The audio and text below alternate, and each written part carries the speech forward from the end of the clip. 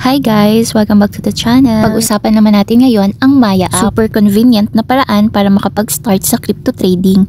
Gamit lang ang Maya app. Yes, you heard that right. Hindi mo na kailangan ng complicated wallets or ibang platform. So, i-open natin ang ating Maya app. Kailangan fully verified ang Maya account natin para magamit ang crypto feature. I-click lang natin yung ating crypto tab. So, pwede na tayo dito mag-buy and sell ng crypto. Pwede na tayo dito mag-buy ng crypto gamit yung ating balance sa Maya wallet. Isa rin sa kinaganda nitong app na to, makikita na natin yung actual status ng mga crypto. And sobrang dami rin yung options ng crypto kung alin yung gusto mong i-trade. And makikita mo rin talaga dito yung status ng mga crypto kung tumaas ba siya or bumaba siya. Pwede na rin dito mag-sell. So pag nag-sell ka, direct na yun sa iyong Maya wallet. So, very convenient siya kasi hindi mo na kailangan ng extra or other app para lang makapag-withdraw ka ng iyong invest sa crypto. Siyempre mag-wonder tayo pag open natin ng crypto tab, bakit walang laman yung ating crypto wallet. Ganito lang siya kadali. Piliin ninyo kung ano yung crypto currency na gusto ninyong bilhin. So ako, binili ko yung Bitcoin. Kasi yung Bitcoin na yung isa sa pinakamatagal na cryptocurrency. So pag binili na natin yung Bitcoin, magda-direct tayo dito sa buy Bitcoin. I-click lang natin yung UPay or yung tapat ng ating wallet. I-type lang natin yung desired amount natin na gusto nating ibili sa Bitcoin. Click continue and then i-verify niya kung yun talaga yung amount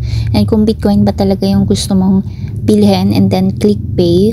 And then after that, lalabas na yung confirmation natin na nabili na natin yung Bitcoin. So mayroon tayo ditong option na view receipt or done. Pwede natin ditong i-view yung receipt na binili natin or pwede rin natin pindutin yung done. So i-try natin i-view yung receipt. Pag clinic natin yung view receipt, i-direct niya tayo dun sa receipt na binili natin sa Bitcoin. Makikita natin sa receipt kung magkano yung ating binili na Bitcoin and kung magkano rin yung amount niya sa cryptocurrency. Pag pumunta naman tayo dun sa ating crypto account, makikita natin dito yung status ng cryptocurrency na ating gustong i-trade. Pwede rin tayo dito mag-set ng alerts.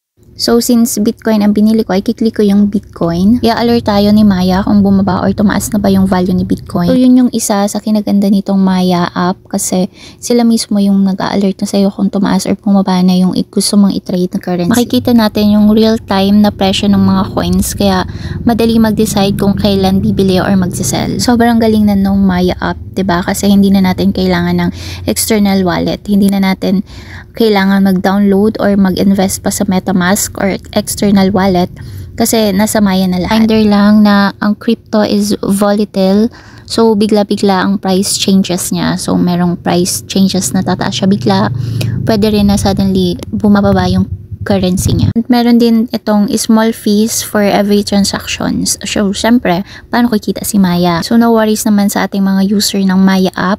Kasi si Maya is regulated na by the BSP or Bangko Sentral ng Pilipinas. Kaya legit na legit siya. Thank you for watching. Don't forget to subscribe and click the notification bell. And paki-like na rin ng ating video. So next update natin is pag magsasell na tayo ng ating Bitcoin sa Maya app. Thank you!